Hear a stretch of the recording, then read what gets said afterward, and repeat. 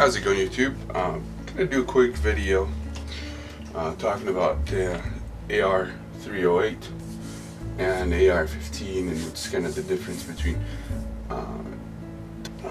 As far as the pattern, you got the AR10, which is ArmaLite SR25, which is the DPMS pattern, pretty much to make it basic. Start with the barrel.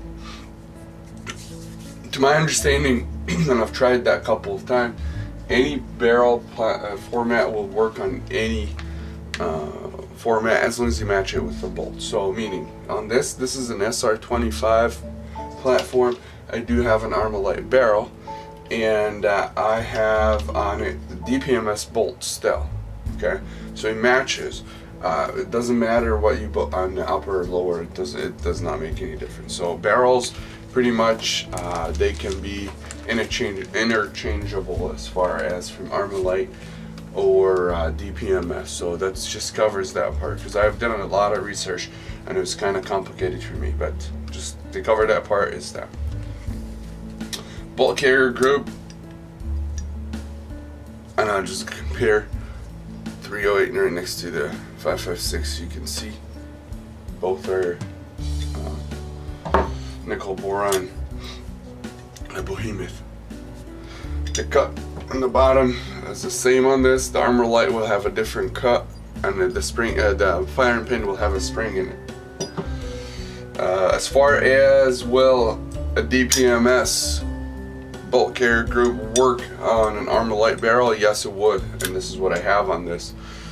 You would have to, you cannot take a bolt and put it on a DPMS bolt, put it on an ArmaLite bolt carrier. It has to be all the same, and that would work as long as you head space it as well. I've head spaced them and I have not had any issues in the past. So that covers the PCG. Again, you cannot probably interchange AR-15 with 308. You can see the difference. Gas tube, gas block, it's the same for all of them. AR-15, AR-10, it matches. Most of the AR-10 I've seen they're mid-length or rifle length, so you're not going to have the carbine. I don't know if there is or not, but again, gas block, gas tube will all be the same. You got your three sizes, of course, the 6.2 and the 0.75 and the 0.96, I think. So it depends on the barrel format itself. Muzzle brakes, you got your 308 will have different threading than the 5.56, of course. So they'll have their own. Any of them would work as well. This is a DPMS. Let's go up here. This is a DPMS muzzle brake. It's a Jerry Michalak muzzle brake, and it's on an ArmaLite barrel. It actually shoots very, very nice. Receivers, you will have two different types of receivers. The ArmaLite pattern, which does not accept PMags. Now they do have a type B, I believe, which accepts PMags. This is new. It does not work on any other. It does not work with DPMS uppers. So your upper has to match your lower, and you got your ArmaLite. The problem with the ArmaLite, you run into magazines that cost you about 40 bucks. DPMS PMags are $19 if you can find them, even though they're not available for quite some time now. Or you can get the DPMS steel magazines, I believe, 19-20 bucks. So you got your two different types, so you cannot use ArmaLite magazines on a DPMS and vice versa.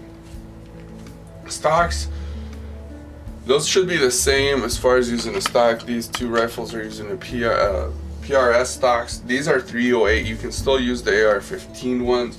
I use the 308 so because it does give you enough clearance so you can pull your charge and handle when your cheek rises up. Okay, if you do put the AR-15, it's longer. This part is longer, and it will interfere with your charge and handle, so it has to be all flat down. So any stock for an AR-15 would work on either pattern, either ArmaLite or DPMS. As I was saying, guys, my camera died. Buffer tubes, they have to be specific to 308, and you cannot use the AR-15, even though they will fit, but you will have a disaster on your hand. The bullet can fly back in your face or something. or destroyed it too.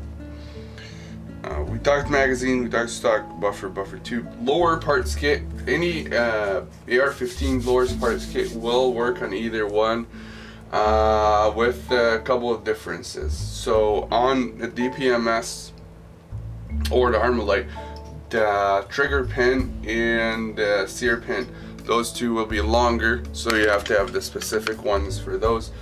The bolt hold on a DPMS is different than ArmaLite, different than an AR-15. They're all three will have different measures, so those all three will have different measures. Again, takedown pins will be different as well. These will be longer, so those are the differences as far as that. Cost, you can buy a basic AR10 for $1,000. I believe a DPMS basic for $1,000.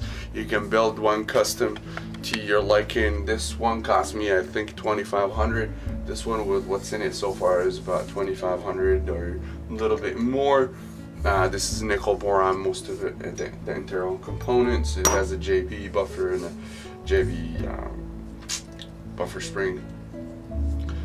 No lower parts kit yet.